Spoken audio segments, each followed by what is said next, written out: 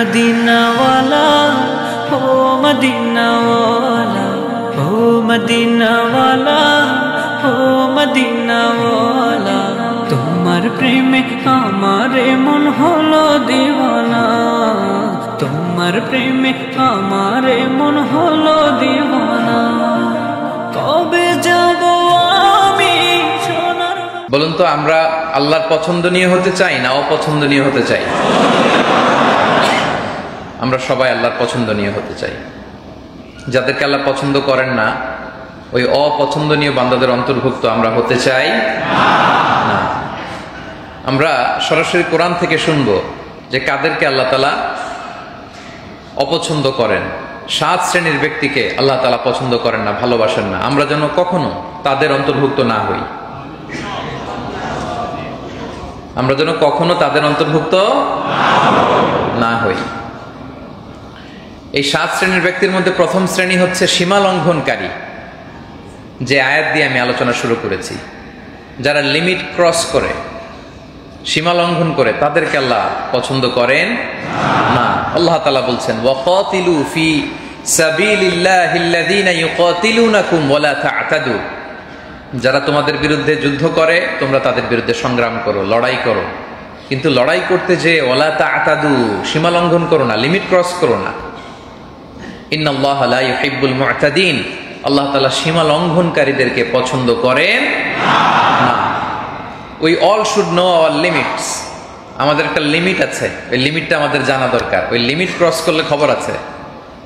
আল্লাহ সব সময় ধরেন না, কিন্তু যখন ধরেন ইন্না বাতশা রাব্বিকা লাশাদীদ। আল্লাহর পাকড়াও বড় কড়া, ভয়ঙ্কর। আল্লাহর আযাব বড় ভয়ঙ্কর। তিনি সব সময় ধরে না, ধরলে ধরে ধরে ধরে না, ধরলে আল্লাহ অনেক রিমাইন্ডার দিবে, ওয়ার্নিং দিবে, এরপরে ধরবে। কিন্তু যখন ধরবে একেবারে খবর করে ছাড়বে। ঠিক কিনা বলেন?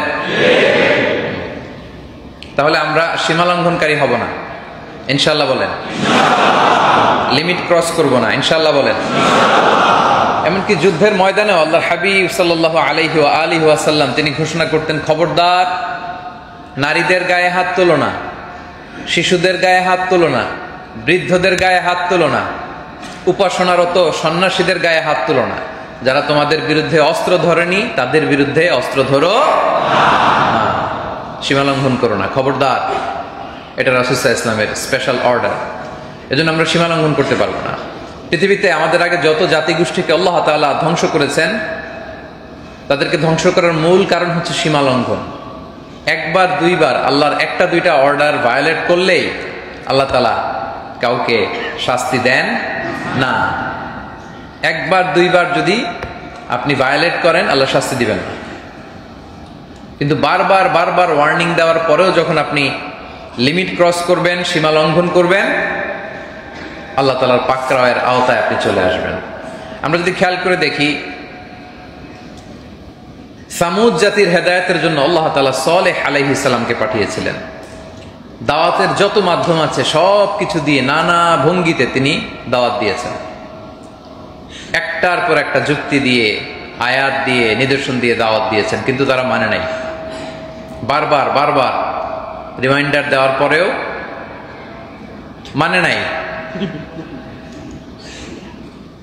এটা কার এই রেকর্ডিং করতেছে? কে এটা?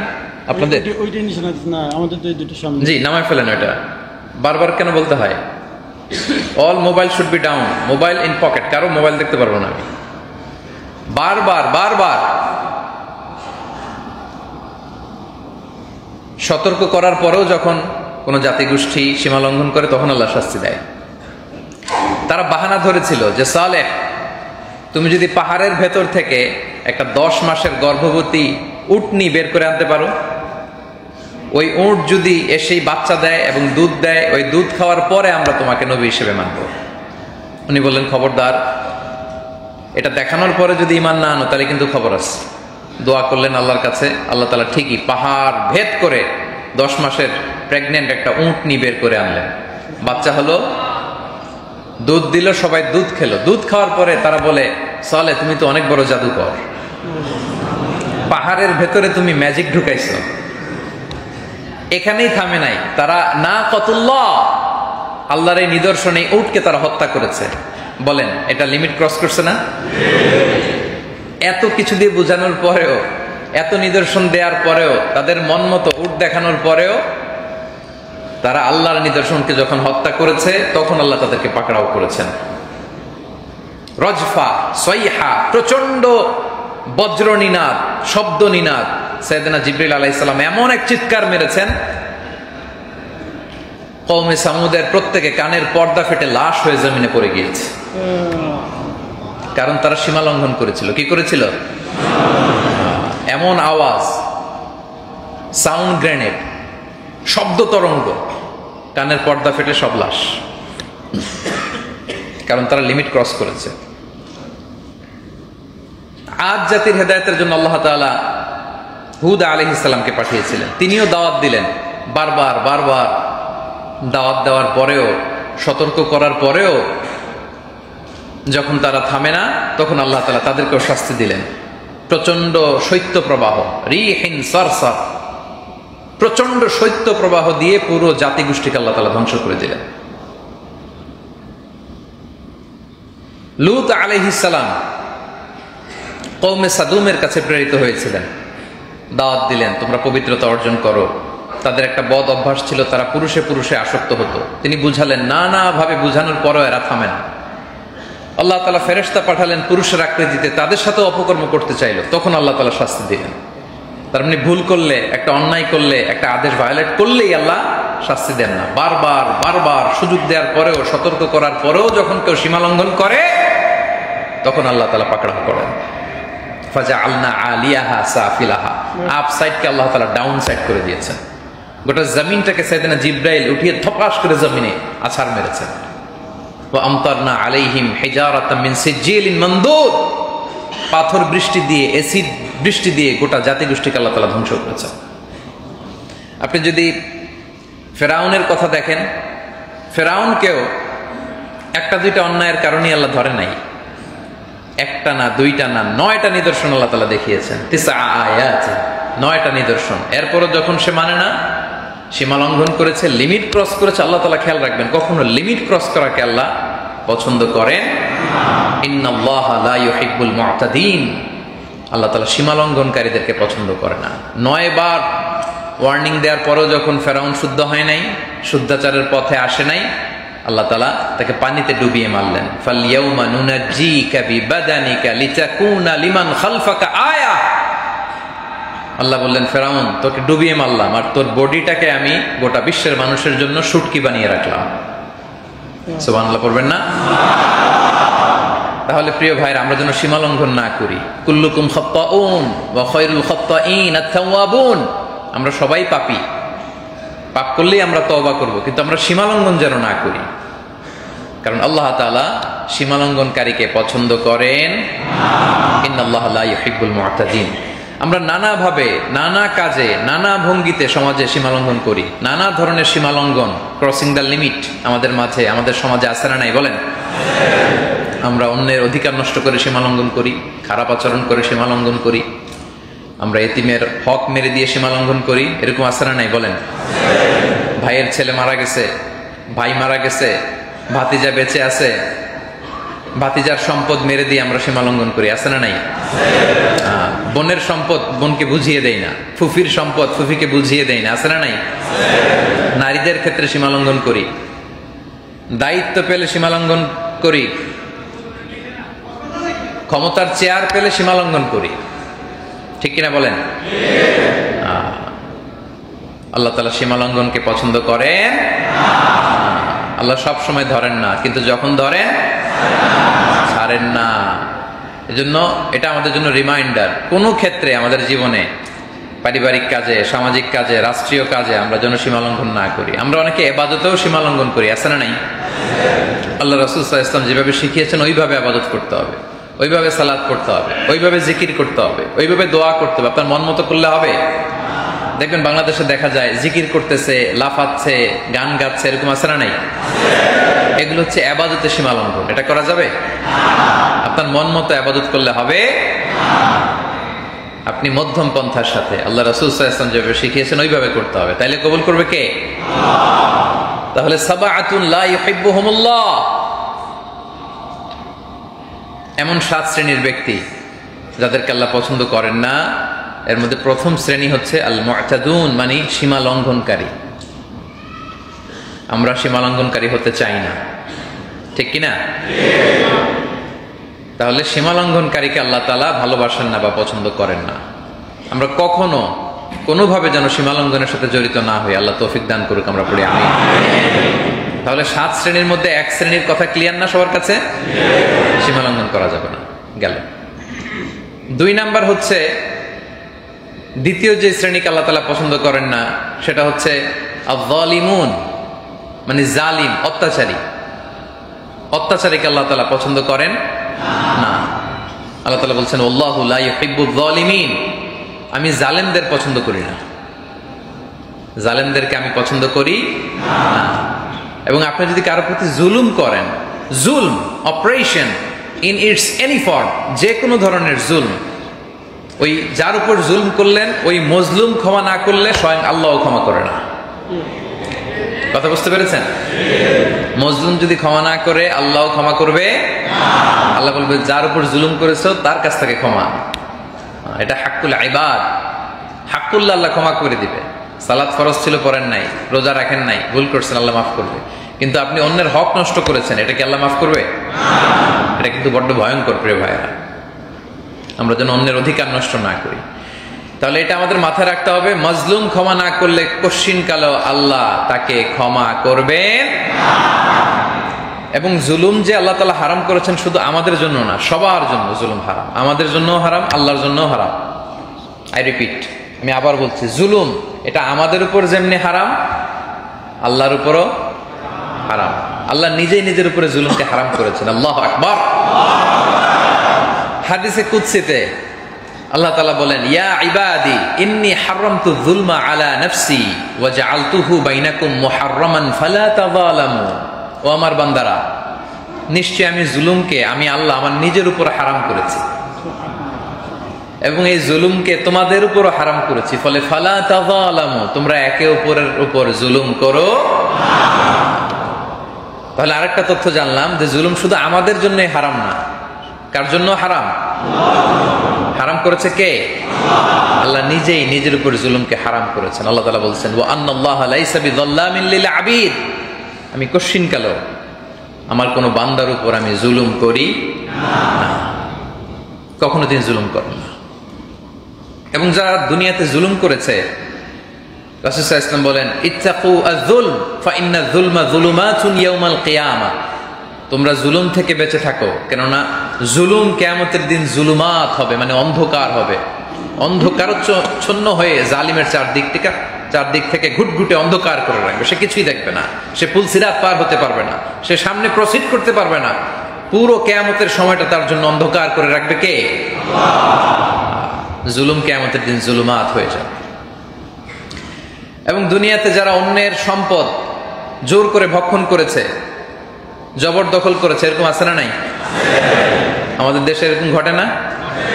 পাওয়ারফুল, ক্ষমতার দাপট, হ্যাঁ, এর জমি দখল করে ওর জমি কেড়ে নেয়, মিথ্যা দলিল বানায়, এরকম আছে না নাই? বলেন। রাসূল সাল্লাল্লাহু আলাইহি ওয়াসাল্লাম বলেন, মান যালামা কিদা শিবরিন মিনাল আরদ,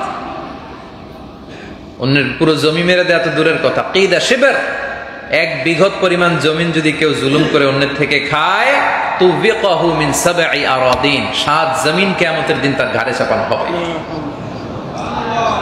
আল্লাহ বলবে, খাও এবার জনমের মতো, এবার খাও। কয় বিঘত খাইছিল? জোরে বলেন। এই 1 বিঘতের কারণে 7 জমিন, 7 তবাক জমিন তার কাঁধের উপরে চাপাবে কে? এজন্য খবরদার, ইন্নাল্লাহা লা ইউহিব্বুয যালিমিন, আল্লাহ তাআলা জালিমদেরকে পছন্দ করেন না। এবং রাসূল সাল্লাল্লাহু আলাইহি ওয়াসাল্লাম বড় ভয়ঙ্কর কথা বলেছেন। তিনি বলেছেন, ইত্তাকি দাওয়াতাল মাজলুম, তোমরা মজলুমের বদদোয়াকে ভয় করো। মজলুমের বদদোয়া, তার বুক ফাটা যে নিঃশ্বাস, তার যে কান্না, এটা ভয়ঙ্কর, তার অভিশাপ কিন্তু ভয়ঙ্কর। তোমরা মজলুমের বদদোয়াকে ভয়ং করো, ফাইন্নাহা লাইসা বাইনাহা ওয়া বাইনাল্লাহি হিজাব। কেননা মজলুমের বদদোয়া আর আল্লাহর মাঝে কোনো হিজাব থাকে না, পর্দা থাকে না। মজলুম হাত তুলে বদদোয়া করতে দেরি, মুহূর্তে বদদোয়া কবুল করে নেয় কে? এটা বড্ড ভয়ঙ্কর, এটা বড্ড ভয়ঙ্কর। এজন্য মজলুমের অভিশাপকে ভয় করো, মজলুমের কান্নাকে ভয় করো, মজলুমের বদদোয়াকে ভয় করো। মজলুমের বদদোয়া আর আল্লাহর মাঝে কোনো পর্দা থাকে না। মজলুমের কান্না কখনো বৃথা যায় না। জীবনের কোনো না কোনো সময়ে আপনাকে এই জুলুমের প্রায়শ্চিত্ত করে দুনিয়া থেকে বিদায় নিতে হবে, ঠিক কিনা বলেন? এর নমুনা আমাদের সামনে আছে না নাই? মজলুমের কান্না কি বৃথা গেছে? আসতে বলেন কেন, বৃথা গেছে? বৃথা যাবে না। Today or tomorrow, today or tomorrow এর প্রায়শ্চিত্ত করে আপনাকে যেতে হবে। মজলুমের কান্না এত ভয়ঙ্কর, এটা বিস্ফোরিত হয়ে জালিমের গদিকে তছনছ করে দিয়েছে, খান খান করে দিয়েছে। মজলুমের কান্না এটা চারটেখানি কথা না। এজন্য খবরদার, যারা জালিম তাদের জন্য নিদর্শন এটা।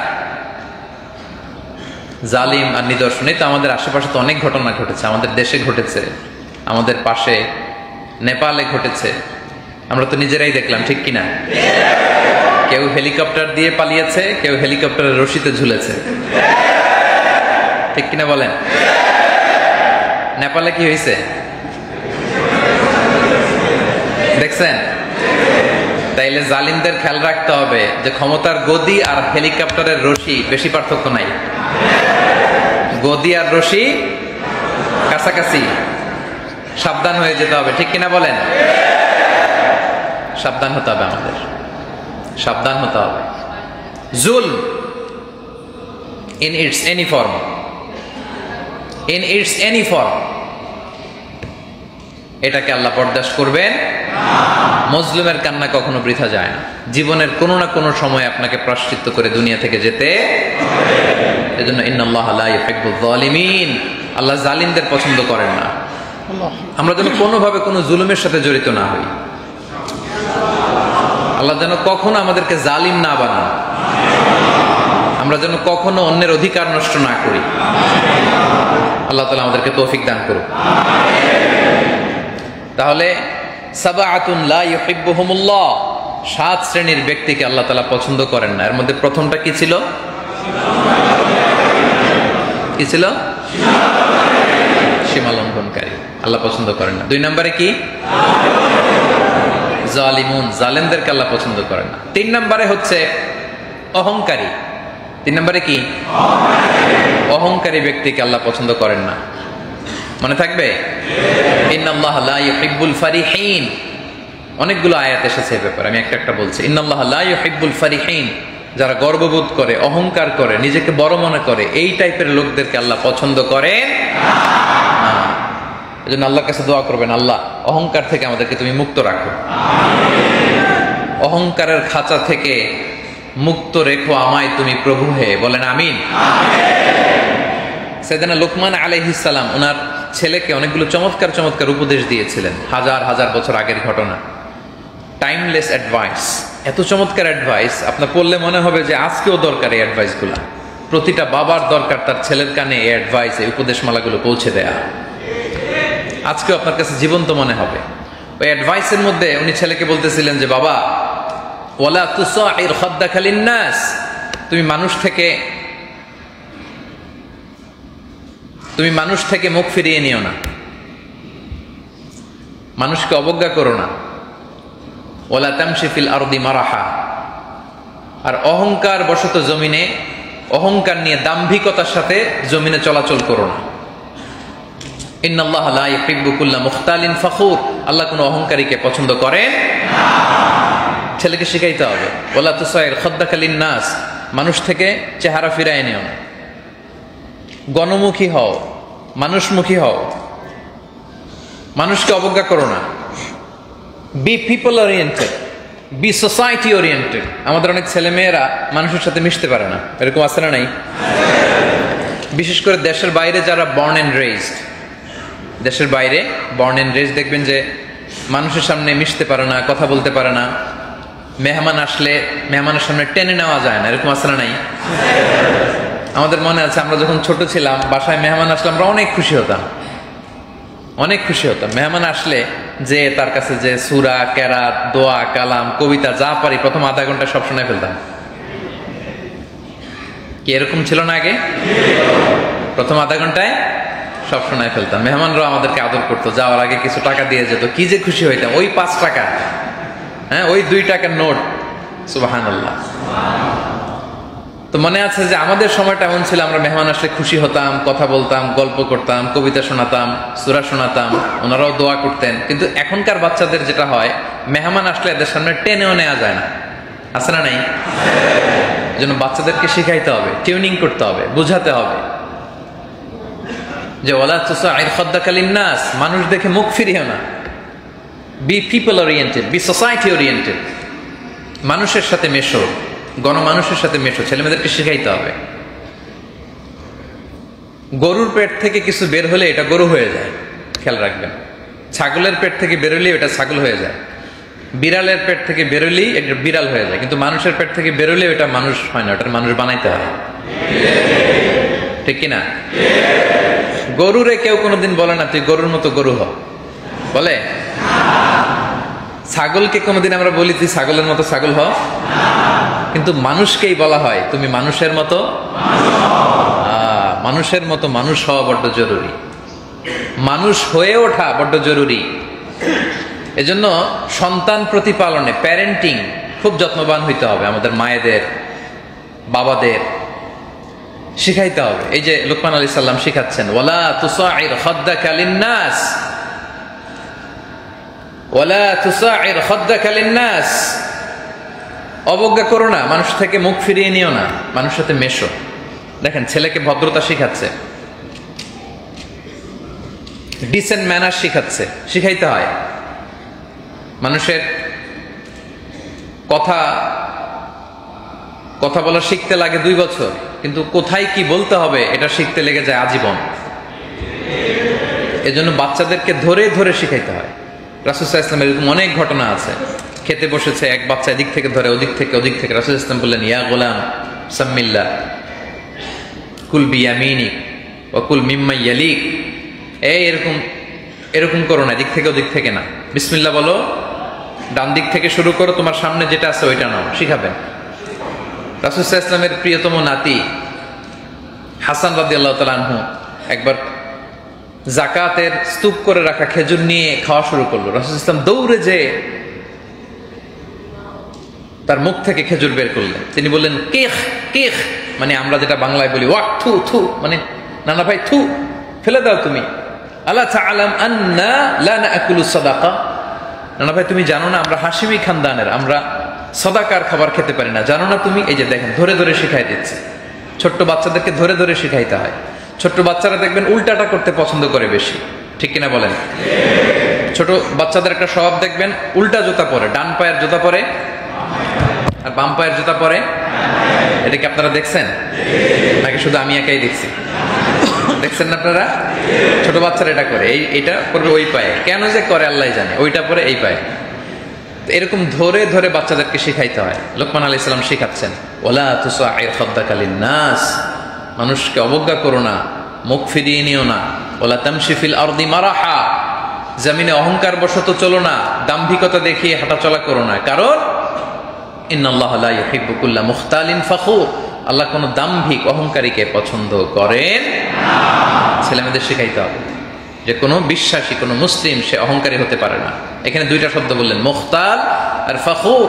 মুখতাল মানে যে মনে মনে নিজেকে বড় মনে করে, মুখতাল। আর ফখুর মানে যে অন্যের সামনে প্রকাশ্যে নিজেকে বড় হিসেবে জাহির করে। এই দুটোই আল্লাহর কাছে অপছন্দনীয়। তাহলে এই যে অ্যারোগ্যান্স, ইগো, এগুলো থেকে আমাদেরকে মুক্ত থাকতে হবে। অনেকের ইগোইস্টিক প্রবলেম আছে, নিজেকে বড় মনে করে, নিজেকে বিনয়ের সাথে প্রেজেন্ট সে করতে পারে না। খেয়াল রাখবেন, নিজেকে বড় মনে করা এটা শয়তানের স্বভাব। রিপিট, আমি আবারও বলছি, নিজেকে বড় মনে করা কার স্বভাব? এটা শয়তানের স্বভাব। আল্লাহ তাআলা যখন বলেছেন সিজদায় লুটিয়ে পড়ো আদমের সামনে, তখন সে আল্লাহর কাছে যুক্তি দাঁড় করিয়েছে। ক্বালা আনা খায়রুম মিনহু খলাকতানি মিন নার ওয়া খলাকতাহু মিন তিন। আল্লাহ আমি কেন সিজদা দিব? আমি তো সেরা, আমি তো বড়। এই যে শুরু হয়েছে, আমি তো বড়, আমি কেন সিজদা দিব? কারণ আপনি আমাকে সৃষ্টি করেছেন আগুন থেকে, আদমকে সৃষ্টি করেছেন মাটি থেকে। তো মাটি তো নিম্নগামী, আগুন তো ঊর্ধ্বগামী। ঊর্ধ্বগামী কোনো জিনিস নিম্নগামী কোনো জিনিসকে সিজদা করতে পারে? দেখছেন বুদ্ধি কিভাবে তর্ক শুরু করছে। সে কিসের তৈরি? আগুনের। আর আদম আলাইহিস সালাম মাটির তৈরি হওয়ার কারণে নাকি সে সিজদা দিতে পারবে? মাটির যে সম্মান সে বুঝতে পারে নাই। মাটি থেকে আদম আলাইহিস সালামকে সৃষ্টি করেছে কে? তুমি মাটির আদমকে প্রথম সৃষ্টি করিয়া ঘোষণা করিয়া দিলে শ্রেষ্ঠ বলিয়া, তাই তো নূরের ফেরেশতা করে আদমকে সেজদা। বলেন, তাই তো নূরের ফেরেশতা করে আদমকে সেজদা। সবার চেয়ে সম্মান দিলে মাটির আদমকে। আল্লাহু আল্লাহু তুমি জাল্লে জালালুহু, শেষ করা তো যায় না গে তোমার গুণগান। আল্লাহু আল্লাহু আল্লাহু আকবার। খলাকতানি মিন নার ওয়া খলাকতাহু মিন তিন। কি যুক্তি? আমি আগুনের, সে মাটির, তো আমি সিজদায় লুটিয়ে পড়তে পারবো না। এই তো ইবলিস হয়ে গেল, এই তো বিতাড়িত হয়ে গেল, এই তো জাহান্নাম থেকে জান্নাত থেকে বহিষ্কৃত হয়ে গেল। তাহলে ওই পথে যেন আমরা না হাঁটি। ওই পথে হাঁটবেন? আমরা কখনো নিজেকে বড় মনে করতে চাই। রাসূল সাল্লাল্লাহু আলাইহি ওয়াসাল্লাম সবসময় নিজেকে ছোট মনে করতেন, এবং তিনি বলতেন আল্লাহুম্মা জাআলনি শাকুরা ওয়াজআলনি সাবুরা ওয়াজআলনি ফি আইনি সগীরা ওয়া ফি আ'ইউনিন নাসি কাবীরা। আল্লাহ আপনি আমাকে শুকরগুজার বান্দা বানান, আল্লাহ আপনি আমাকে ধৈর্যশীল বান্দা বানান, আল্লাহ আমার চোখে আপনি আমারে ছোট বানান, গোটা বিশ্বের মানুষের চোখে আপনি আমাকে বড় বানান। নিজের চোখে নিজে ছোট থাকতে হবে, তাহলে মানুষের চোখে বড় বানাই দিবে কে? আর নিজেই যদি বলেন আমি কোন হনুরে, আমি কোন, আমি তো অনেক বড়, ওই শয়তানের মতো, তাইলে এটা শয়তানের সুন্নাত পালন হইল, নবীদের সুন্নাত না। নবীরা বিনয়ী আর শয়তান হচ্ছে অ্যারোগেন্ট। নবীরা কি? শয়তান অ্যারোগেন্ট। তাহলে আল্লাহ বলেন খবরদার, ইন্নাল্লাহা লা ইউহিব্বুল ফারিহিন, ইন্নাল্লাহা লা ইউহিব্বু কুল্লা মুখতালিন ফখুর। আমি অহংকারীকে পছন্দ করি না। তাহলে অহংকারের সাথে আমাদের কোনো সম্পর্ক আছে? এই অহংকার থেকে মুক্ত থাকবো কি করে বলেন? অহংকার থেকে মুক্ত থাকার একটা টেকনিক হচ্ছে আগে আগে সালাম দাও। কি করা? আল্লাহ তাআলা যখন সাইয়েদনা আদম আলাইহিস সালামকে সৃষ্টি করলেন, লাম্মা খালাকাল্লাহু আদামা ওয়া কানা তুলুহু 60 যিরাআন ফালাম্মা খালাকাহু ক্বালা সাল্লিম আলা উলাইকা নাফার ওয়া হুম নাফারুম মিনাল মালাইকাতি জুলুস। আল্লাহ বললেন, এই আদম যাও, ওই ফেরেশতারা বসে আছে, যে একটা সালাম দিয়ে আসো। সৃষ্টির পরেই বলেন নাই যে আদম আমাকে সেজদা করো, বলেন নাই যে আদম সালাত আদায় করো, আদম আমার জিকির করো, না। আদম আলাইহিস সালামকে সৃষ্টির পরে আল্লাহ তাআলা আদেশ করলেন কি করো? বলেন কি করো? কি করো? সালাম দাও, ফেরেশতাদেরকে সালাম দাও। কারণ আল্লাহ তাআলা ভালোই জানেন যে অহংকারের কারণে ইবলিস সে বিতাড়িত হয়েছে, আমার আদম যেন ওই রাস্তায় না হাঁটে। পড়েন সুবহানাল্লাহ। এজন্য আল্লাহ রাসূল সাল্লাল্লাহু আলাইহি ওয়াসাল্লাম ফরমান, আল বাদিউ বিস সালামি বারিউম মিনাল কিবর। আগে আগে যে সালাম দেয় তার হৃদয় থেকে অহংকার মুক্ত করে দেয় কে? আল্লাহ। এজন্য আমরা আগে সালাম দিব, পারবেন? বাসায় গেলে আগে সালাম দিয়ে ফেলবেন নিজেই। স্ত্রীকে আগে সালাম দিন, সন্তানকে আগে সালাম দিন, বন্ধুকে আগে সালাম দিন, ফোন কনভারসেশনে আগে সালাম দিন, বাড়ির দারোয়ানকে আগে সালাম দেন, ড্রাইভারকে আগে সালাম দেন, অফিসের কর্মচারীকে আগে সালাম দেন, আগে আগে সালাম দিয়ে দিবেন। কি বলেন? নাকি বসে থাকবেন যে না আমি তো বড় সাহেব, আমার আগে দেখ, এরকম করবেন না? তাহলে আমরা অহংকারী হতে চাই? যার হৃদয়ে যাররা পরিমাণ অহংকার থাকবে সে আল্লাহর জান্নাতে প্রবেশ করবে লা ইয়াদখুলুল জান্নাতা মান কানা ফি কলবিহি মিসকালু হাববাতিন মিন খারদালিন মিন কিবর। যার হৃদয়ে জাররা পরিমাণ, সরিষার দানা পরিমাণ অহংকার আছে, সে আল্লাহর জান্নাতে কশ্চিনকালেও প্রবেশ করবে। অহংকার সাজে একজনের, আওয়াজ করে বলেন তিনি কে? তিনি অমুখাপেক্ষী, কারো প্রতি মুখাপেক্ষী নন। অহংকার সাজতে তার সাজে, কারো কোনো সহযোগিতা লাগে না, একজন সত্তা। এজন্য অহংকার সাজে তার। এজন্য আল্লাহ বলেন আল কিবরিয়া উরিদাই, অহংকার আমার চাদর। ওয়াল আযামাতু ইজারি, বড়ত্ব আমার লুঙ্গি। কেউ যদি অহংকার করে, সে যেন আমি আল্লাহর চাদর ধরে টানাটানি করে। আর যে আমি আল্লাহর চাদর ধরে টানে, ওরে আমি জাহান্নামে ফেলবো। আলকাইতুহু ফিন-নারি ফালা উবালি, আই ডোন্ট কেয়ার। আমি ওর জাহান্নামে ফেলবো। I will throw him to the hell fire, I don't care. এজন্য অহংকার সাজে, আওয়াজ করে বলুন একজন সত্তা, তিনি কে? অহংকার আমাদের সাজে না। আল্লাহ বলছেন হাল আতা আলাল ইনসানি হিনুম মিনাদ দাহরি লাম ইয়াকুন শাইআম মাযকুরা। মানুষের একটা সময় ছিল যে উল্লেখ করার মতো মানুষ সে কিছুই ছিল না। প্রত্যেকের জীবনে একটা সময় ছিল যে উল্লেখ করার মতো কিছুই ছিল না, কিছুই ছিল না, উল্লেখ করার মতো সে কিছুই ছিল না। হি ওয়াজ নাথিং। অস্তিত্বহীনতার এক জগৎ থেকে আল্লাহ তাআলা আমাদেরকে অস্তিত্ব আনলেন। আমরা অস্তিত্বহীনতার জগতে ছিলাম, সেখান থেকে আল্লাহ তাআলা দয়া করে আমাদেরকে অস্তিত্ব আনলেন। কিছুই তো ছিলাম না আমরা। একটা সময় আমার কোনো নাম ছিল না, আমার কোনো গ্রাম ছিল না, আমার কোনো অ্যাড্রেস ছিল না, আমার কোনো যশ ছিল না, খ্যাতি ছিল না, কিছুই ছিল না। অস্তিত্বহীনতার জগৎ থেকে অস্তিত্বের জগতে আমাদেরকে আনলেন কে? দুনিয়াতে যখন আসলাম আমরা কেমন ছিলাম খেয়াল করেন তো। কেউ আমার কোলে না নিলে বসতে পারতাম না, না ধরলে আমরা থাকতে পারতাম না, মুখে খাবার দিলে এদিক দিয়ে পড়ে যায়, যার কোলে উঠি প্রস্রাব পায়খানা করে ভরাই দিতেছি একেবারে, ঠিক কিনা বলেন? কি একটা নাজুক সময় কাটায় আসছি আমরা, খেয়াল করছেন? হ্যাঁ, এখনই না কত বড় সাহেব হয়ে গেছেন আপনি, কিন্তু যে ছোট্ট যে ছিলাম, কি একটা নাজুক, করুণ, নির্মম, তুচ্ছ একটা সময়কাল আমরা পার করেছি। কেউ না খাওয়ালে খেতে পারতাম না, না বসালে বসতে পারতাম না। তো এই লোকের কি অহংকার সাজে বলেন? হ্যাঁ, আবার যখন বয়স 80-90-তে যায়, ঘুরে ফিরে আবার একই রকম, যেখানে বসে ওইখানেই নোংরা করে ফেলে, ঠিক কিনা বলেন? আবার সে বয়স যার 90, হেল্প না করলে চলতে পারে না, না ধরলে হাঁটতে পারে না, না খাইয়ে দিলে খেতে পারে না। এই তো আমরা। হাল আতা আলাল ইনসানি হিনুম মিনাদ দাহরি লাম ইয়াকুন শাইআম মাযকুরা। কিছুই তো ছিল না তুমি, তো তোমার কি অহংকার করা সাজে? অহংকার সাজে একজন মহাসত্তার, আওয়াজ করে বলুন তিনি কে? এজন্য আমরা অহংকার করব না। আল্লাহ তাআলা অহংকারীদেরকে পছন্দ করেন। খেয়াল থাকবে? তাহলে কয়টা গেল? 1 নম্বরে কি ছিল?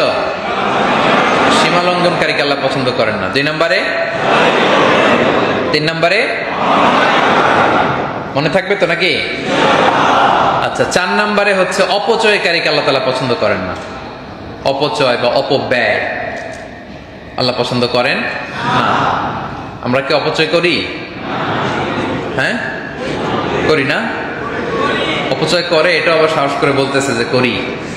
কি অপচয় করি আমরা? খাওয়া দাওয়ায়।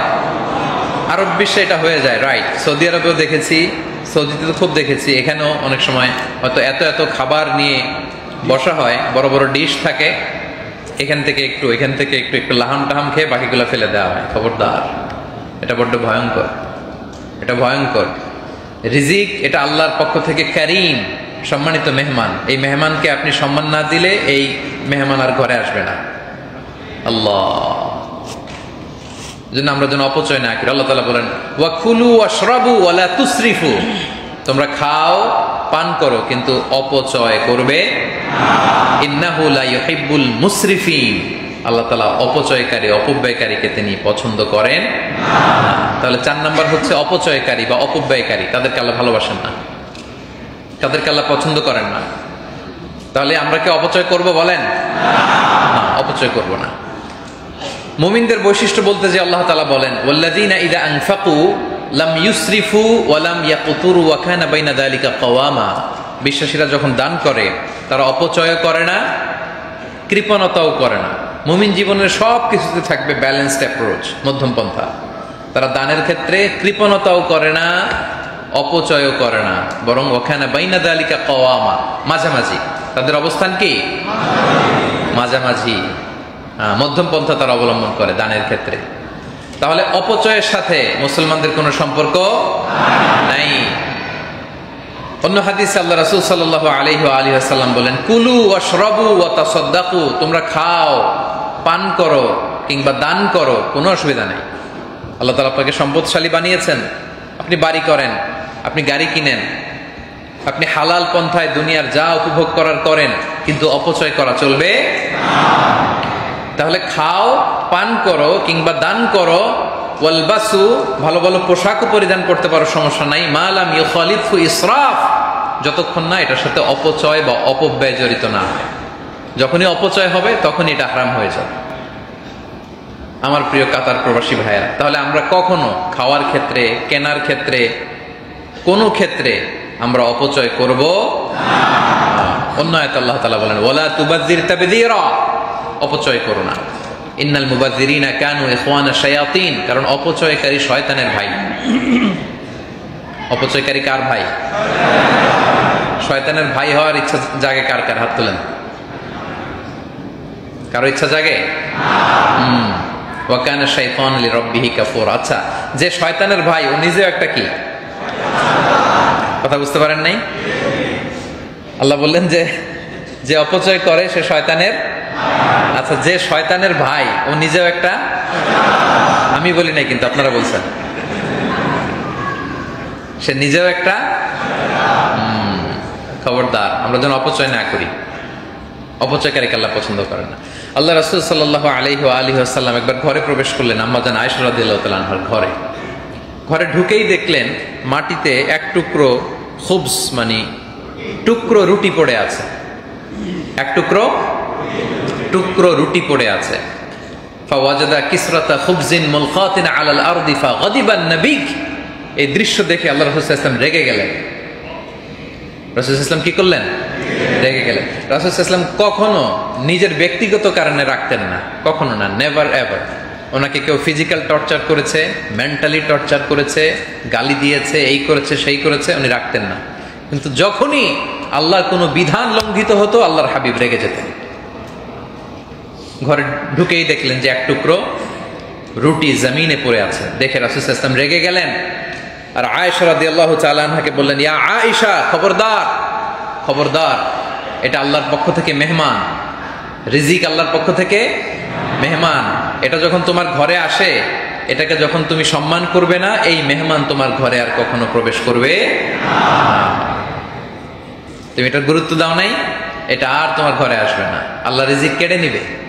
রিজিক দেওয়ার মালিক কে? আল্লাহ। এজন্য খবরদার, রিজিক নষ্ট করো না, অপচয় করো না। দেখেন এক টুকরো রুটি জমিনে পড়ে থাকাতে রাসূল সাল্লাল্লাহু আলাইহি ওয়াসাল্লাম রেগে গেলেন। আর আমরা কি পরিমাণে অপচয় করি বলেন? আপনারা তো বললেন যে ডিশের পর ডিশ আমরা ফেলে দেই না খেয়ে, এদিক দিয়ে একটু ধরলাম, ওদিক দিয়ে খেলাম, এরপরে এগুলো করা যাবে? তাহলে অপচয়ের সাথে আমাদের সম্পর্ক নাই। আমরা অপচয় করব না, অপব্যয় করব না, আমরা শয়তানের ভাই হব না। কি বলেন? আমরা মধ্যম পন্থা অবলম্বন করব। খরচের ক্ষেত্রে, খাওয়ার ক্ষেত্রে, পান করবার ক্ষেত্রে, পোশাক পরিধানের ক্ষেত্রে, যে কোনো সেক্টরে অর্থ ব্যয়ের ক্ষেত্রে আমরা অপচয় করব না। কারণ আল্লাহ তাআলা অপচয়কারীকে, অপব্যয়কারীকে তিনি পছন্দ করেন না। কটা গেল? আচ্ছা, 5 নম্বরে হচ্ছে খেয়ানতকারীকে আল্লাহ পছন্দ করেন না। খায়েন, খেয়ানতকারী বুঝেন তো? আমানত রাখা হয়েছে, আপনি কি করলেন? খেয়ানত করে দিলেন। বিশ্বাসঘাতক, কোন বিশ্বাসঘাতককে আল্লাহ পছন্দ করেন না। আল্লাহ বলেন, ইন্নাল্লাহা লা ইউহিব্বুল খাইনিন, আল্লাহ তাআলা খেয়ানতকারীকে পছন্দ করেন না। তাহলে খেয়ানত করা যাবে না, বিশ্বাসঘাতকতা করা যাবে না। আল্লাহ রাসূল সাল্লাল্লাহু আলাইহি ওয়া আলিহি ওয়াসাল্লাম তিনি অত্যন্ত আমানতদার ছিলেন। সকল নবীরা আমানতদার ছিলেন, সকল নবীরা আমানতদার ছিলেন। বিশেষ করে রাসূল সাল্লাল্লাহু আলাইহি ওয়াসাল্লাম ওনার আমানতদারিতার কারণে, বিশ্বস্ততার কারণে গোটা মক্কায় ওনার প্রসিদ্ধি ছিল। গোটা মক্কায় প্রসিদ্ধি ছিল। এজন্য ওনাকে বলা হতো as-সাদিক আল-আমিন। কি বলা হতো? as-সাদিক। আপনারা শুনছেন না যে রাসূল সাল্লাল্লাহু আলাইহি ওয়াসাল্লামের উপাধি ছিল আল-আমিন? বাংলা এটা বলে না? বাংলা কি বলে? আল-আমিন। এই আল-আমিন আসছে কোথা থেকে জানেন? আমিন, আমিনুন শব্দের সাথে আলিফ লাম লাগালে কি হয়? আল-আমিন। আমিন এর সাথে আলিফ লাম লাগালে আল-আমিন, ওইটারই বাংলায় আল-আমিন। রাসূল সাল্লাল্লাহু আলাইহি ওয়াসাল্লাম ছিলেন সত্যবাদী এবং আমানতদার। কতটা সত্যবাদী দেখেন, যখন রাসূল সাল্লাল্লাহু আলাইহি ওয়াসাল্লামের কাছে আদেশ আসলো যে তুমি দাওয়াত দাও প্রকাশ্যে, তিনি সাফা পাহাড়ের উপরে উঠে বললেন, ও আমার মক্কাবাসী, ও আমার পরিবারের বংশের লোকেরা, আমি যদি বলি যে পাহাড়ের পেছনে একদল ঘোড় সাওয়ার তোমাদেরকে অ্যাটাক করার জন্য বসে আছে, তোমরা কি বিশ্বাস করবা? সবাই এক বাক্যে, পুরো মক্কাবাসী এক বাক্যে বলতেছে অবশ্যই বিশ্বাস করব। কোনো কথা নাই এখানে, চিন্তা ভাবনার কোনো ব্যাপার স্যাপার নাই। কেন বিশ্বাস করবা? বলে যে মা জাররাবনা মিনকা ইল্লা সিদকান, আমরা আমাদের পুরো জীবনে, তোমার বয়স তো 40 মুহাম্মদ, এই পুরো জীবনে তোমার থেকে একটা মিথ্যা কথা কোনোদিন শুনি নাই, এজন্য বিশ্বাস করব। We have never ever experienced a single lie from you. তোমার গোটা জিন্দেগিতে একটা মিথ্যা শুনি নাই, এজন্য বিশ্বাস করব। দেখেন as-সাদিক আল-আমিন, আমানতদার। কত আমানতদার! লোকজন সবাই রাসূল সাল্লাল্লাহু আলাইহি ওয়াসাল্লামের ঘরে আমানত রেখে যেত, রাসূল সাল্লাল্লাহু আলাইহি ওয়াসাল্লামের বাসায় এসে আমানত রেখে যেত। মুশরিক, ধর্মে ছিল মুশরিক, কিন্তু আমানত রাখতো কার কাছে? রাসূলুল্লাহ সাল্লাল্লাহু আলাইহি ওয়া আলিহি ওয়াসাল্লামের কাছে। চিন্তা করতে পারেন, রাসূল সাল্লাল্লাহু আলাইহি ওয়াসাল্লামের আদর্শ ধারণ করতেছে না, গ্রহণ করতেছে না, কিন্তু আমানত রেখে যায়। দল করে আবু জাহেলের, দল করে কার? আমানত রাখে কার কাছে? কারণ এটা খুব ভালো করেই জানে যে আবু জাহেলের কাছে যদি টাকার বাক্স রেখে যায়, টাকাও যাবে, বাক্স, টাকাও শেষ, টাকার বাক্স, এটা খুব ভালো করেই জানে। এজন্য মুহাম্মদ সাল্লাল্লাহু আলাইহি ওয়াসাল্লামের কাছে আমানত রেখে যায়। এবং হিজরতের সময় রাসূল সাল্লাল্লাহু আলাইহি ওয়াসাল্লাম আলী রাদিয়াল্লাহু তাআলা আনহুকে রেখে গিয়েছিলেন যে আলী, আমি আর আবু বকর চলে গেলাম, তুমি কয়েকদিন পরে যেও, কারণ মক্কাবাসীদের এত এত আমানত আমার ঘরে, এগুলো তো বুঝাই দিতে হবে। আল্লাহু আকবার।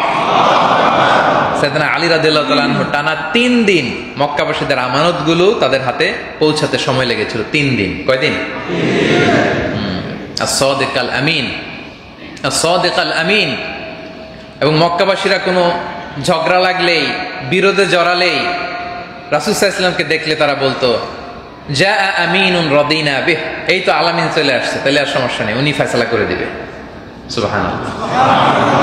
আপনারা কাবা ঘর যখন পুনর্নির্মাণ করা হয়, তখন হাজরুল আসওয়াদ, ব্ল্যাক স্টোন একটা পাথর আছে না, যেখানে কিস করতে হয়, চুমু দিতে হয়, জানেন না এটা? তো পুনর্নির্মাণের সময় ব্ল্যাক স্টোন কর্নার থেকে এই হাজরুল আসওয়াদকে সরিয়ে এক জায়গায় রাখা হলো। কাবা পুনর্নির্মাণ করা হলো, এবার ওই পাথরটাকে এনে জায়গা মতো রাখা হবে। এখন কে রাখবে, এই নিয়ে মক্কার মধ্যে বিরোধ। প্রতিটি গোত্রের লিডাররা বলতেছে আমরা রাখবো, কারণ এটা অনেক প্রেস্টিজিয়াস এন্ড ডিগনিফাইড একটা ইস্যু, এই সম্মান আমরা কাউকে দেব না, আমরা রাখবো। এই দল বলে আমরা রাখবো, ওই দল বলে আমরা রাখবো, আরেক দল বলে প্রয়োজনে রক্তের বন্যা বইয়ে দিব মক্কায়, কিন্তু এই পাথরকে স্পর্শ করতে কাউকে দেব। পাথর কয়টা? পাথর। আর 4 গোত্রের 4 জাতীয় নেতা, তারা বলে যে আমরা অন্য কাউরে ধরতে দেব না। তা এখন এটার তো কোনো সমাধান নাই। ইন দ্য মিন টাইম রাসূল সাল্লাল্লাহু আলাইহি ওয়াসাল্লাম যখন আসছে, এবার সবাই খুশি, বলে যা আমিনুন রাদিনা বিহ, এই তো আলামিন আসছে, সেই ফয়সালা দিবে। দেখেন রাসূল সাল্লাল্লাহু আলাইহি ওয়াসাল্লামকে আল্লাহ তাআলা কতটা বিচক্ষণতা দিয়েছেন। তিনি বলেন ঠিক আছে, একটা চাদর নিয়ে আস। এতক্ষণ বলতেছে যে অন্য কাউরে ধরতে দিবে না, নিজে রাখবো। তো রাসূল সাল্লাল্লাহু আলাইহি ওয়াসাল্লাম চাদর নিয়ে আসলো। এবার রাসূল সাল্লাল্লাহু আলাইহি ওয়াসাল্লাম 4 জাতীয় নেতাকে বললেন, 4 জাতীয় নেতা আপনারা 4 চাদরের 4 কর্নারে ধরেন। এরা 4 জন 4 কর্নারে ধরছে। আর রাসূল সাল্লাল্লাহু আলাইহি ওয়াসাল্লাম নিজে ওনার মোবারক হাত দিয়ে হাজরে আসওয়াদ পাথর এনে চাদরের মাঝখানে রাখলেন।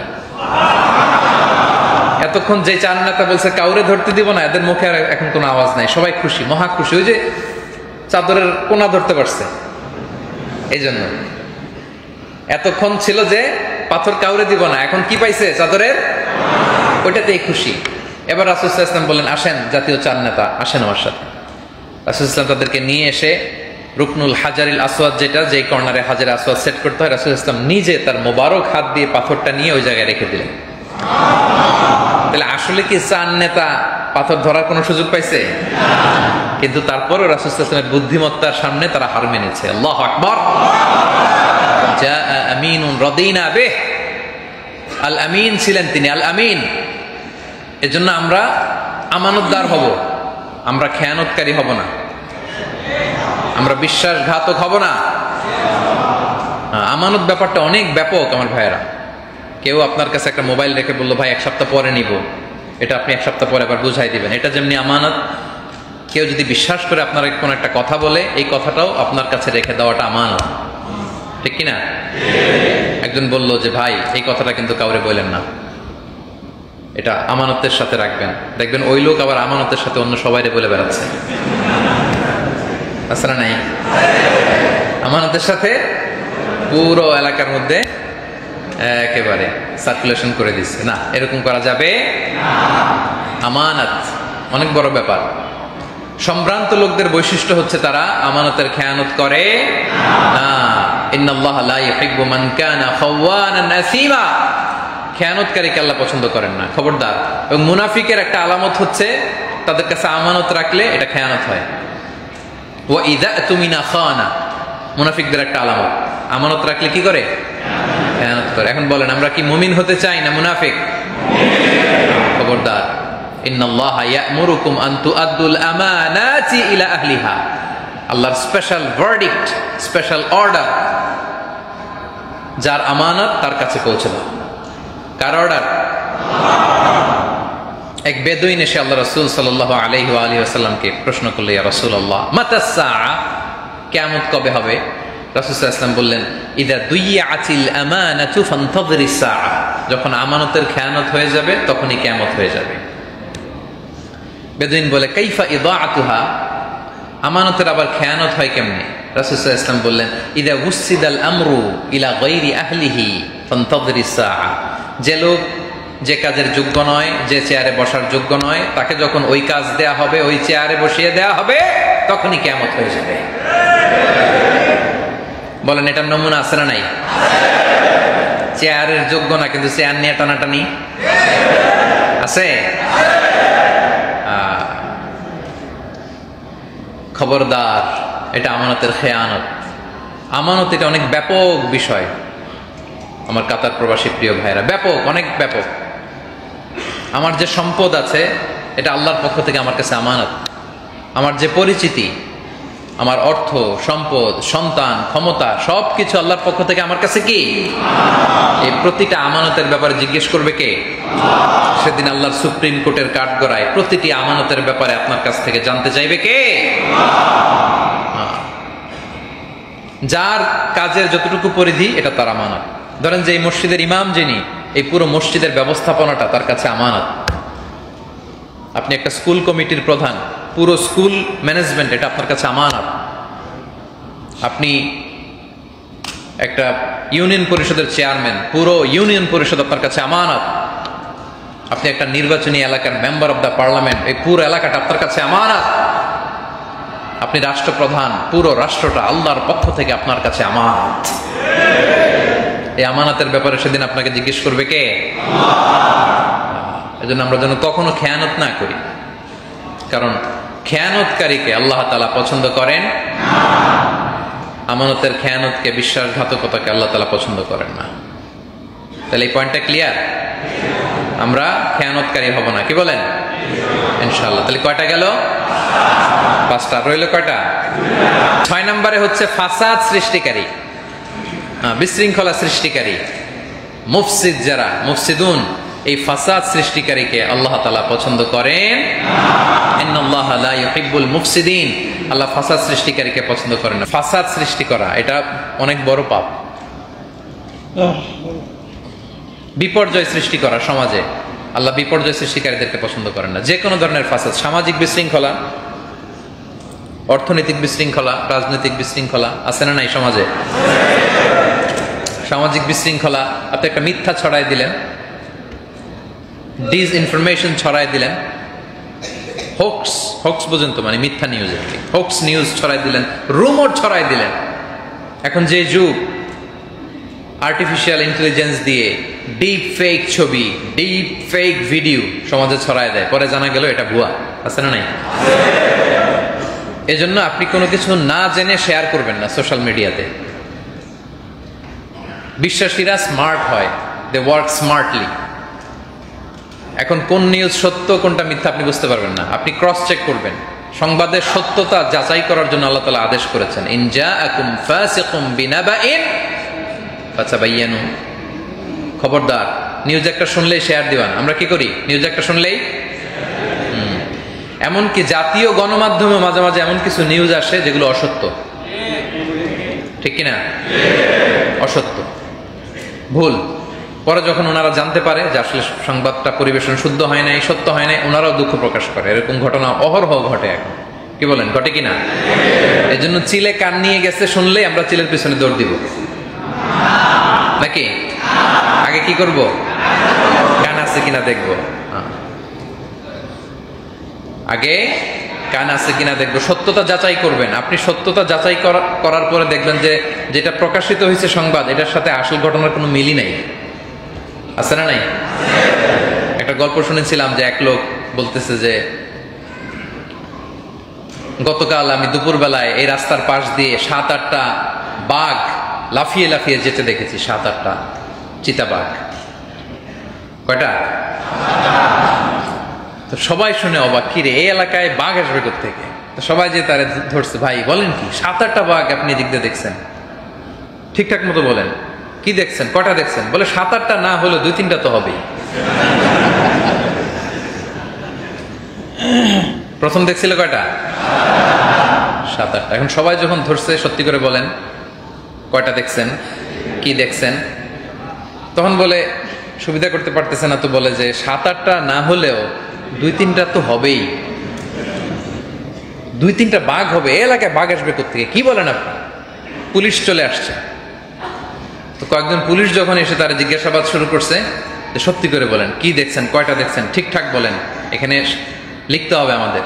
পরে বলেন, আমি এতগুলো দেখিনি, আমি একটা বাঘ দেখছি। কয়টা? একটা বাঘ দুপুরবেলা এখান থেকে আমি নিজে দেখেছি, চাক্ষুষ লাফিয়ে লাফিয়ে এখান থেকে এই রাস্তার এই পার থেকে ওই পার গেছে। তাহলে প্রথমে দেখছিল কয়টা? এরপরে 2-3টা, এরপরে বাঘ। যেহেতু এটা তো বন বিভাগের দায়িত্ব, বন বিভাগের কর্মকর্তারা আসছে, এটা কি বাঘ, ডোরাকাটা বাঘ না চিতা বাঘ না কি দেখছে?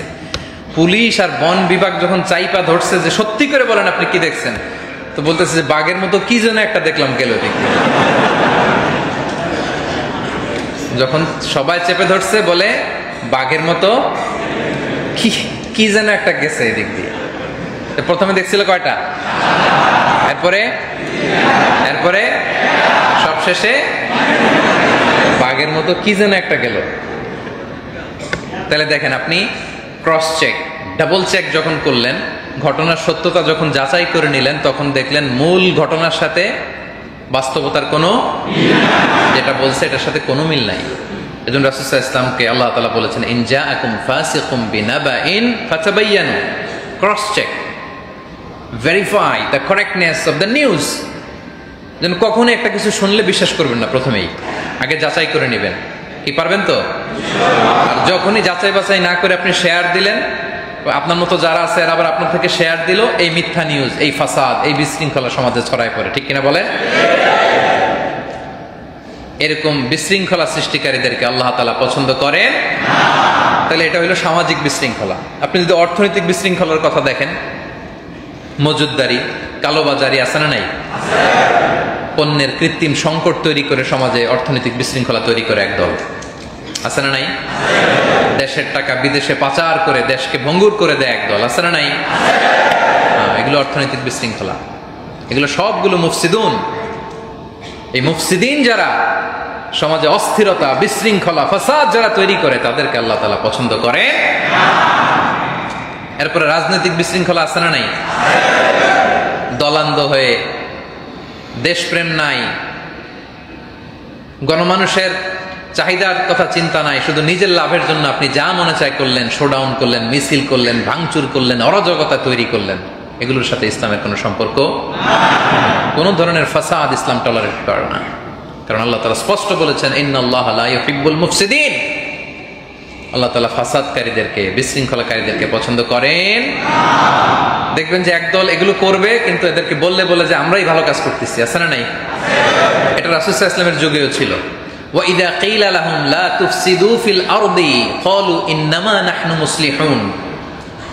মুনাফিকদেরকে যখন বলা হতো যে তোমরা জমিনে ফাসাদ সৃষ্টি করো না, বলে আরে ফাসাদ সৃষ্টি করি মানে আমরাই তো ভালো, আমরাই তো সমাজের সবচেয়ে ভালো কাজটা করি, আমাদের চেয়ে শ্রেষ্ঠ কেউ আছে নাকি? আমাদের চেয়ে বড় দেশপ্রেমিক আছে নাকি?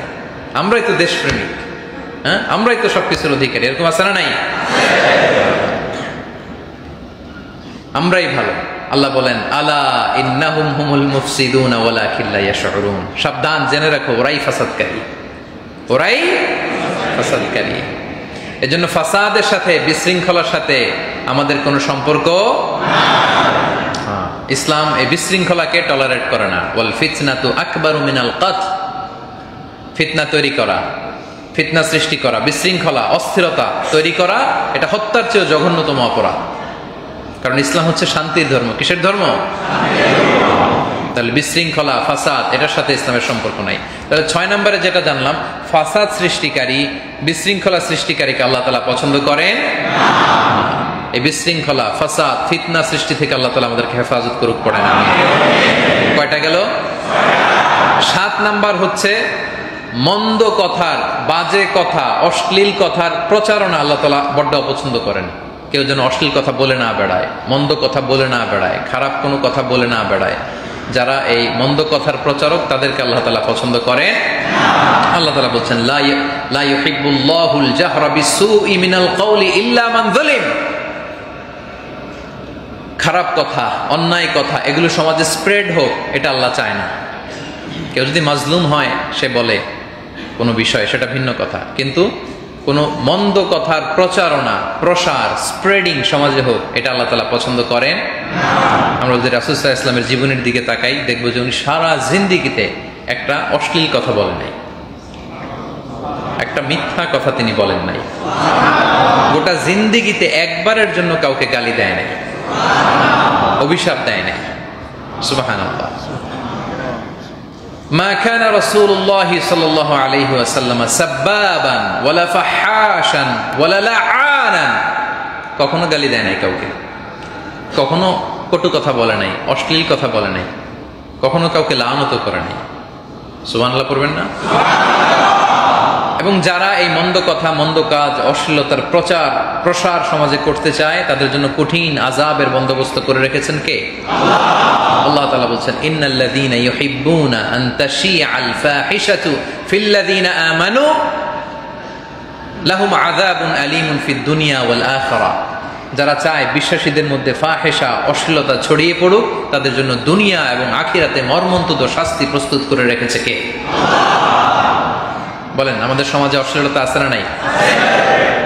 নানাভাবে, নানাভাবে, নানা ফর্মে এই অশ্লীলতা, নাটকের নামে, গানের নামে, সিনেমার নামে, ওটিটি প্ল্যাটফর্মের নামে, ইউটিউবের নামে, আছে না নাই? অশ্লীলতার ছড়াছড়ি নানা ফরম্যাটে। কাছে আসার গল্প, ক্লোজ আপ ওয়ান শুনছেন? যে জিনা থেকে আল্লাহ তাআলা দূরে থাকতে বলেছেন, এই জিনার প্রশিক্ষণ হয় ওখানে। ক্লোজ আপ ওয়ান, কাছে আসার গল্প। আল্লাহ বলেছেন কাছেও এসো না, ওয়ালা তাকরাবুজ, আর ওরা প্রোগ্রামের নাম দিয়েছে কাছে আসার। তোমাকেই খুঁজছে বাংলাদেশ। যেই নারী যত বস্ত্রহীন হতে পারে, সে নাকি তত সাহসী নারী। নাউজুবিল্লাহ পড়বেন না সবাই? এই অশ্লীলতার সাথে আমাদের কোনো সম্পর্ক। আমরা যা বলবো, যা করব, এটা কল্যাণকর হইতে হবে, হালাল হইতে হবে। Your entertainment should be halal. Your entire life should be halal. আমরা যা করব হালাল দিয়ে করব, কারণ হালালে বরকত দিয়েছে কে? আল্লাহ। রাসূল সাল্লাল্লাহু আলাইহি ওয়াসাল্লাম বলেন মান কানা ইউমিনু বিল্লাহি ওয়াল ইয়াউমিল আখিরি ফালইয়াকুল খায়রান আও লিয়াসমুত।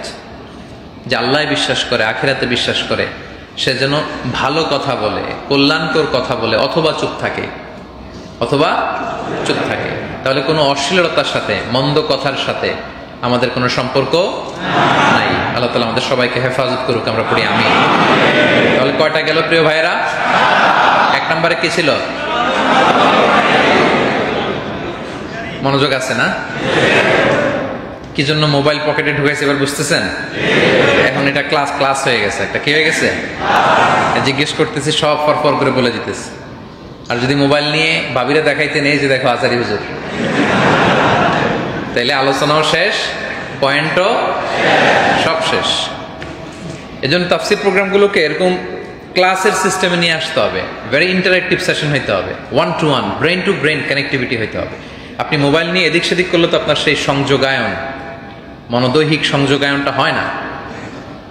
তাহলে যেই 7 শ্রেণীর ব্যক্তিকে আল্লাহ পছন্দ করেন না, সাবাআতুন লা ইউহিব্বুহুমুল্লাহ, যাদেরকে আল্লাহ পছন্দ করেন না তাদের 1 নাম্বার হচ্ছে সীমালঙ্ঘনকারীকে পছন্দ করেন না। 2 নম্বরে জালিম অত্যাচারীকে আল্লাহ পছন্দ করেন না। 3 নম্বরে দেখছেন সব মুখস্থ। 3 নম্বরে কি? অহংকারী ব্যক্তিকে আল্লাহ তাআলা পছন্দ করেন না। 4 নম্বরে অপচয়কারী অপব্যয়কারী ব্যক্তিকে আল্লাহ পছন্দ করেন না। 5 নম্বরে খেয়ানতকারী, বিশ্বাসঘাতকতা করা, খেয়ানত করা, এটাকে আল্লাহ পছন্দ করেন না। 6 নম্বরে ফাসাদ সৃষ্টিকারী, তো পুরো কম্পিউটারের ব্রেন দেখা যায়। 7 নম্বরে মন্দ কথার প্রচারকারী, অশ্লীল কথা, মন্দ কথা, এগুলোর প্রচারকে আল্লাহ পছন্দ করেন। এগুলোর সাথে আমাদের সম্পর্ক আছে? এগুলোর সাথে আমরা নিজেদেরকে জড়াবো? এগুলো থেকে আমরা বেঁচে থাকবো ইনশাআল্লাহ বলেন। হাত উঁচু করেন। আমি একটা বাক্য বলবো, বাক্য শেষে বলবেন ইনশাআল্লাহ। আমরা সীমা লঙ্ঘন করব না, আমরা জুলুম করব না, আমরা অহংকারী হব না, আমরা অপচয় করব না, আমরা খেয়ানতকারী হব না, আমরা সমাজে ফাসাদ বিশৃঙ্খলা সৃষ্টি করব না, আমরা কোনো অশ্লীলতা মন্দ কথাকে সমাজে প্রচার করব না। আল্লাহ তাআলা আমাদের সবাইকে কথাগুলো বোঝার আমল করার তৌফিক দান করুন। হাযা মা ইনদি ওয়াল ইলমু ইনদাল্লাহি আলাইহি তাওয়াক্কালতু ওয়া ইলাইহি উনীব। সুবহানাকাল্লাহুম্মা ওয়া বিহামদিকা আশহাদু আল্লা ইলাহা ইল্লা আনতা আস্তাগফিরুকা ওয়া আতুবু ইলাইক। মাশাআল্লাহ, অনেক সুন্দর সুশৃঙ্খল ভাবে আজকে আপনারা আলোচনা শুনেছেন। আমি আবারও অন্তরের অন্তঃস্থল থেকে ধন্যবাদ জানাই, মোবারকবাদ জানাই। উঠবেন না, কথা ছিল কেউ উঠবেন না। কে কে উঠতেছে আমি দেখতেছি, ওই যে বসুন। 2 মিনিটের মধ্যে এখনই আমরা একসাথে বিদায় নিব, খুব সুশৃঙ্খল ভাবে বিদায় নিব ইনশাআল্লাহ। আমার প্রিয় ভাইরা, আল্লাহ তাআলা কাতারে আমাদের রিজিকের ব্যবস্থা করেছেন, আলহামদুলিল্লাহ পড়েন। এজন্য কাতার গভর্নমেন্টের প্রতি আমরা শুকরিয়া জানাই। এবং এখানকার যত রুলস এন্ড রেগুলেশন আছে, নিয়ম কানুন, আপনি যে কোম্পানিতে কাজ করেন সেটার নিয়ম, এই দেশের নিয়ম, এই নিয়মগুলো আমরা মেনে চলবো, কি বলেন? আমাদের দ্বারা এই দেশের একটা আইনেরও লঙ্ঘন হবে না ইনশাআল্লাহ। এদেশের স্থানীয় সকল নিয়ম মেনে চলবেন তো? আল্লাহ আমাদের সবাইকে কথাগুলো বোঝার আমল করার তৌফিক দান করুক।